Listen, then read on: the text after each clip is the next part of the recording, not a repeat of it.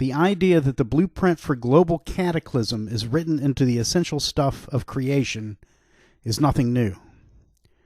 As early as 1681, Protestant theologian Thomas Burnet, showing little regard for Aristotle's theory on the atom's sanctity, imagined seeds of fire planted in the Earth's core that the Creator would tear asunder on Judgment Day to bring about Earth's destruction.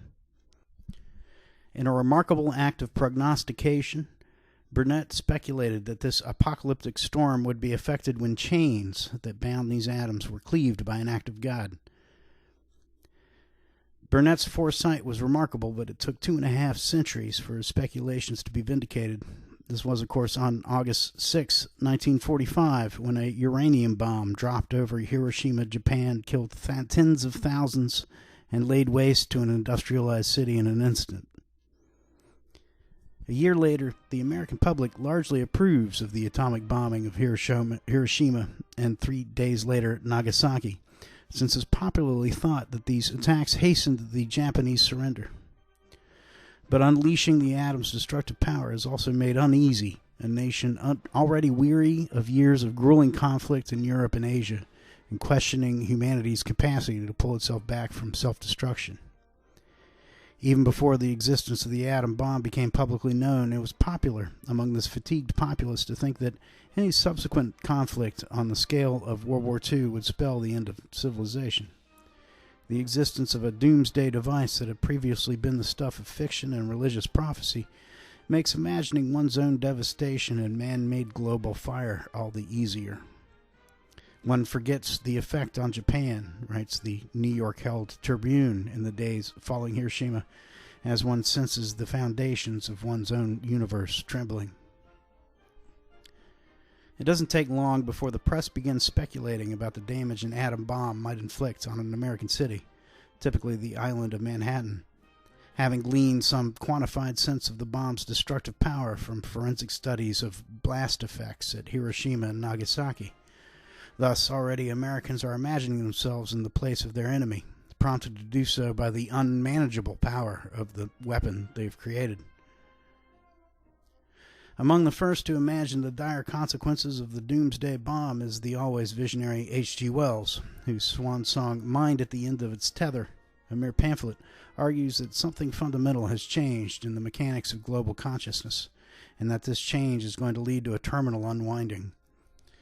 Wells is vague as to first causes, but the war, and in particular the bomb, seems a likely culprit.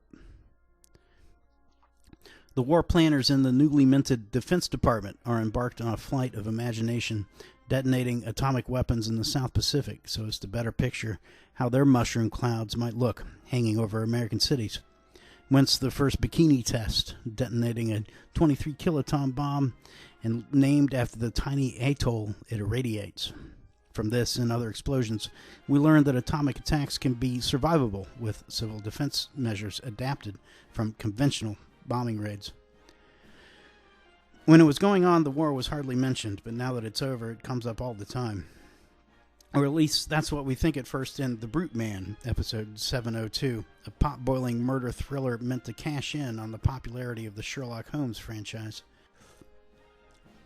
We see this in the movie's first few frames, as our deformed and lonely hero, if that's the right word, Hal Moffat, peeps through a window at a clutch of military-age youngsters jitterbugging under a banner that reads, "Victory Dance Tonight." This word victory is everywhere, and in 46, it can typically mean only one thing. The story of victory is much easier to tell than the story of struggle and loss. Except no, the victory banner is that of a college football team, Hampton, as we learn when the camera follows Hal's fixed and invasive gaze to the venue's ceiling. Hampton 21, Stevens 18. Even in victory, the story of war is always busting to be told, but rarely in unaltered form. It's easy to think, nevertheless, that this association with war victory is meant. After all, what college celebrates a win with a banner that mentions neither the school nor the team, whose name we never learn in the course of the film? Director Gene Yarborough imports both an actor and a character from House of Horrors, 1946, his previous outing. The character is the Creeper, the actor Rondo Hatton, Beautiful in his youth, Hatton has a glandular condition that has caused his features to grow more disfigured as he ages. And by the time of Brute Man shot his final year on Earth, his appearance is startling indeed. The Creeper of Brute Man embodies, literally, the notion of Victor's guilt in a variety of ways. In contrast with Zorka, Howells is no isolate or reprobate, driven from society by his eccentric brilliance, his grasp of esoteric science. Indeed, his problems arise specifically from his failure to understand basic chemistry. He acquires his monstrous looks when he fumbles in the high school lab and disfigures himself with toxic chemicals. Instead, he much more resembles a Lucky Crash from Undersea Kingdom. Star athlete, blessed with popularity and institutional success, not particularly gifted intellectually, but socially adroit enough to befriend those in his peer group who are. If we accept the notion that villains in pulp entertainment exist, at least in part, to critique troubling aspects of modern society, the mad scientist emblematizing the progress gone mad of the atom bomb, the lycanthrope, the bestiality concomitant with the modern abandonment of traditional moral values, then the cautionary tale of Hal concerns the very nature of his success. His intramural and social victories, after all, only instill in him a jealousy, competitive drive, and ambition that keep him from accepting his subsequent infirmity with stoicism, the inept injustice done him with forgiveness. Though the movie mentions the war not at all, both the returning soldiers and their family, friends, and co-workers doubtless saw aspects of the character of Hal they could relate to. Not just that many veterans returned physically broken and psychologically scarred, but also that these traumas were often meted out in accordance with a dynamic that punished rather than rewarded accomplishment. The elite paratrooper witnessed and endured and committed atrocities with much greater frequency than the rear-of-the-line supply clerk. So too in Brute Man are rewards reserved for the middling, suffering for the exceptional. The ambition that leads Hal to greater heights in his college career is the same impulse that leads to his undoing and disfigurement. Though the victory in the war is surely as welcome to most Americans as was Hal's victory in the decisive Hampton-Stevens game, the price the nation paid is keenly felt too, most conspicuously in the immediate aftermath of the war. The physical cost is more visible. The young boys with missing limbs, bone-shattering traumas, disfigurements not entirely unlike Rondo Hatton's.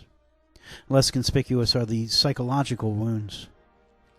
Though the United States fared more fortunately than the European and Asian nations in both the current war and the Great War preceding it, the lesson that not all wounds of war are physical and visible isn't being learned for the first time. In the earlier conflict and in the Civil War and the lesser military adventures that dotted the history of the still comparatively young nation, the term shell shock had evolved to describe the nervousness, weakness of constitution, anxiety, nightmares, and other symptoms of psychological damage so common among soldiers returning from war. Maybe because this latest conflagration so dwarfed even the most pronounced of its predecessors, the new term coined to describe its mental and emotional toll, battle fatigue, is far less precise and descriptive. The way those on the home front interact with it, too, is relatively ambivalent. On the one hand, cheers like John Huston are courageously frank and explicit about the cost combat exacted on those sent to disperse it. His Let There Be Light is less a documentary than a naked filmic accounting of the cost of war, as Huston serially chronicles the testimony of one traumatized veteran after another, recording their accounts of nightmares, crying jags, self-medication, the haunted looks on their faces, and their tremulous demeanors at least as revealing as the explicit content of their oral histories. Likewise, forward-thinking critics like John Hersey, whose account of Hiroshima's devastation for the New Yorker unflinchingly drives home the cost of war by bravely identifying with the Japanese enemy against whom the Americans so recently, and not without reason, harbored such a dehumanizing and genocidal hatred.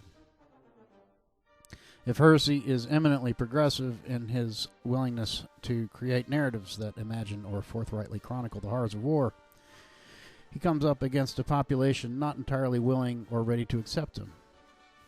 Thus, Hiroshima is very nearly censored and meets a hostile reception in many quarters among those who feel that empathizing with the hated Japanese is tantamount to questioning the resolve that led to their defeat, or even apologizing for or whitewashing their atrocities.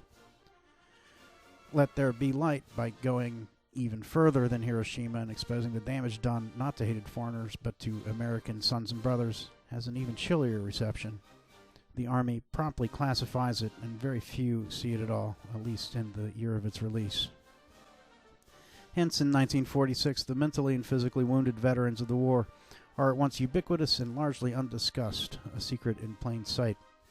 Whatever its flaws, and like most of the movies in the library under discussion, it has many, the brute man sums up both the ubiquity and the covert unnamed nature of the damaged young male in America immediately after the war, having partly liberated Europe and Asia at the cost of his own well-being and sanity.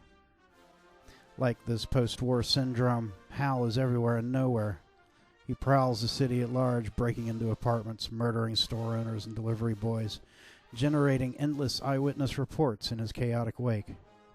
But these reports are curiously nondescriptive, his face being presumably so misshapen and unfamiliar that his witnesses lack the eloquence and experience to put it into words.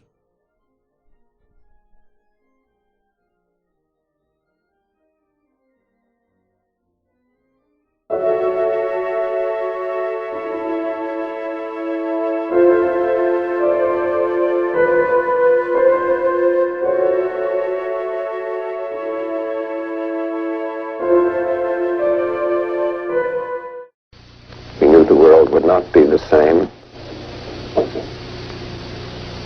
Few people laughed. Few people cried. Most people were silent.